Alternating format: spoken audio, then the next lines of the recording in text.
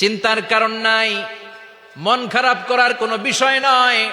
প্রতিদিন সালাত কায়েমের আগে যে তোমরা ওযু করো, এই ওযু করার পর কেউ যদি পড়ে আশহাদু আল্লা ইলাহা ইল্লাল্লাহ ওয়া আশহাদু আন্না মুহাম্মাদান আবদুল্লাহি ওয়া রাসূলুহু, ওযু করার পরে এই দোয়াটা প্রতিদিন যে পড়বে তার জন্য আল্লাহ জান্নাতের 8টা দরজা খুলে দিবে।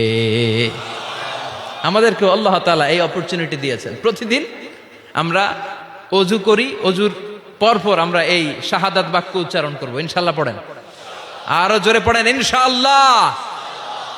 তো আমরা কিন্তু এখন জান্নাতে ঢুকে যাব। মনোযোগ আছে তো সবার? মনোযোগ আছে না গেছে?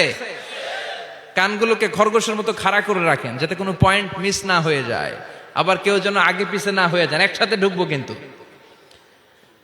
তো যে গেট দিয়ে ঢুকবো, জান্নাতের যে গেট ইউজ করে আমরা we enter in the paradise, যে জান্নাতে ঢুকবো, ওই গেটের বর্ণনা শোনার দরকার আছে না নাই?